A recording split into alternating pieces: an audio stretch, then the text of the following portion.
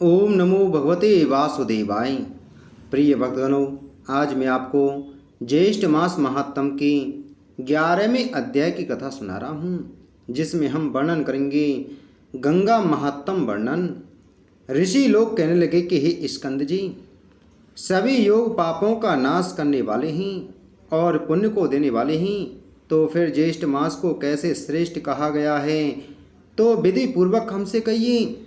स्कंद जी कहने लगे कि हे ऋषियों, ज्येष्ठ मास शुक्ल पक्ष की हस्त नक्षत्र से युक्त 10वीं तिथि के दिन लोक प्रसिद्धि गंगा जी स्वर्ग से अवतीर्ण हुई थीं। राजा भगीरथ घोर तप करके पाप नाशनी गंगा जी को लाए, इसलिए ज्येष्ठ मास सब में श्रेष्ठ हैं और शेष योग ज्येष्ठ मास के सहचर अनुचर हैं। ऋषि लोग कहने लगे कि हे स्कंद जी, भगीरथ जी किस कारण घोर तप करके गंगा जी को यहाँ पर लाए तथा पृथ्वी पर पहले कहाँ स्थित हुई।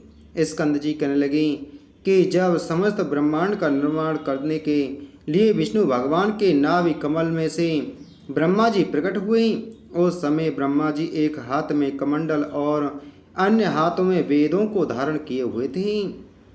तीनों लोकों को पाप रहित करने के लिए वहाँ का जो पवित्र जल था, वही जल पवित्र करने वाली विश्व जननी गंगा कही जाती है। ब्रह्मा जी के कमंडल से प्रकट होने वाली गंगा ब्रह्मा जी के साथ विष्णु भगवान के चरणों से प्रकट हुई, परंतु जब ब्रह्मा ने कमंडल से गंगा को नहीं निकाला और बहुत वर्ष व्यतीत हो गए, किसी समय दैत्यों ने तीनों लोकों को जल से भर दिया। उस समय इंद्र आदि समस्त देवताओं ने मधुसूदन भगवान का पूजन किया। इस पूजन से प्रसन्न होकर भगवान ने कमंडल के जल से तीनों लोकों को स्थापित किया। इसके पश्चात विष्णु भगवान के चरण कमल से गंगा जी प्रवाहित होकर बह निकली। हे तपोधन, जब तक गंगा जी दृष्टि गोचर न हुई, उसके पूर्व भगवान शंकर ने अपनी जटा को सुदृढ़ बनाकर उसमें गंगा जी को धारण किया। गंगा जी का शिव जी के साथ योग होने से द्विज पक्षी रूप हो गया। तब सब देवताओं ने वृषभ ध्वज श्री शिव जी की प्रार्थना की। तब शिव जी ने अपनी जटा से गंगा जी को छोड़ दिया। उस समय प्रवाह रूप से जब गंगा जी गरजती हुई आकाश को चली, तब उसका स्वरधरणी स्वर्ग गंगा और स्वर्ग वाहिनी नाम पड़ा। उस समय राजा भगीरथ ने घोर तप करके अपने पितरों की मुक्ति के लिए गंगा जी को पृथ्वी पर ले आए।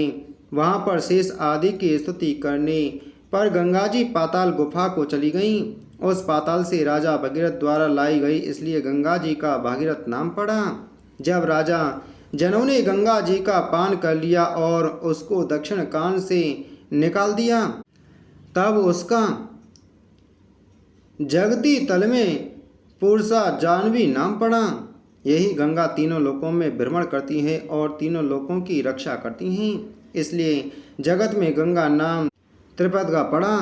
गंगा जी कमंडलु समुद्रभूता विष्णु पाद समुभवता गंगा हर जटोद्भूता स्वधरणी लोक पावनी भागीरथी जानवी त्रिस्त्रोता भीष्मस मंदाकिनी भागवती त्रैलोक्य वासिनी, इन 13 नामों से इस संसार में विख्यात हुई।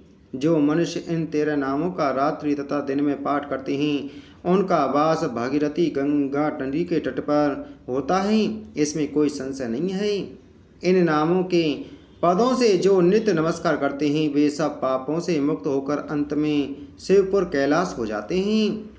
मृत्यु के समय निश्चल मन से भक्ति के योग से बंधन से मुक्त हो जाते हैं। वे लोग स्वर्ग लोक को लांघते हुए ब्रह्म पद को प्राप्त होते हैं। जो मनुष्य अंत समय इन नाम पदों से अभिमंत्रित कर जल को अपने शरीर पर संचित करते हैं, उनको पातकी होने पर भी यमराज के दूत नहीं छूते। अहो, गंगा के महात्म कहने में कौन समर्थ हो सकता है। हाँ, यदि आकाश के असंख्य मच्छर के समान अधिक संख्या में मुख हों, तो वह मनुष्य गंगा महात्म कहने में समर्थ हो सकते हैं। इति श्री ज्येष्ठ मास महात्म गंगा महात्म वर्णन 11 अध्याय संपूर्णम। बोलो ज्येष्ठ मास महात्म की जय। बोलो विष्णु भगवान की जय।